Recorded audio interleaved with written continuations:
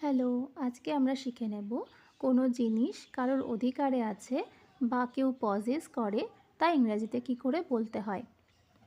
সঙ্গে দেখে নেব কিছু সেন্টেন্সের উদাহরণও।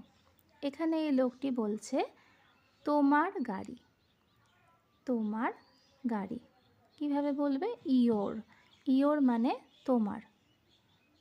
দিস ইজ ইয়োর কার মানে এই গাড়িটি তোমার। এবার ইয়োরের বদলে ইউ দিয়েও তোমার বোঝানো যায়। কিভাবে বলবো? Belongs to you.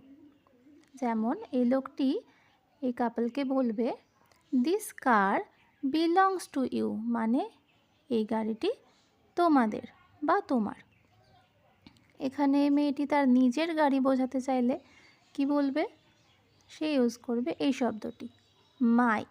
মাই মানে আমার, আমার। This is my car. This is my car মানে এটি আমার গাড়ি। অন্য কারোর বাড়ি বোঝাতে গেলে এরা কি বলবে? আমরা বলবো দেয়ার। দেয়ার মানে তাদের, তাদের। দ্যাট ইজ দেয়ার হাউস মানে ওইটি তাদের বাড়ি। একটি লোক নিজের বই পড়ছে। পুরুষদের ক্ষেত্রে তার বোঝাতে গেলে বলবো হিজ। হিজ মানে পুরুষদের ক্ষেত্রে তার। কোনো ছেলেদের জিনিস বোঝাতে গেলে his. The man is reading his book. The man is reading his book. কোনো মেয়ে বা মহিলা যখন তার জিনিস বোঝাতে যাবে তখন বলতে হবে হার। কোনো মহিলার জিনিস বোঝাতে গেলে বলতে হবে হার।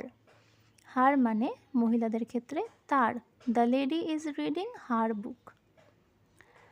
এখানে এরা নিজেদের বাড়িতে বসে রয়েছে, তাহলে কি করে বলবেন? কি করে বলবে তারা? আজ, আমাদের। দ্য হাউস বিলংস টু আজ মানে আমাদের বাড়ি। অথবা বলবে this is our house. Our মানে আমাদের। এবার কেউ যদি নিজে একটা পেন চায়, আমাকে একটা পেন দাও, কীভাবে বলবে? মি। মি মানে আমাকে। গিভ মি দ্য পেন মানে আমাকে পেনটা দাও। Thanks for watching. Subscribe for more videos.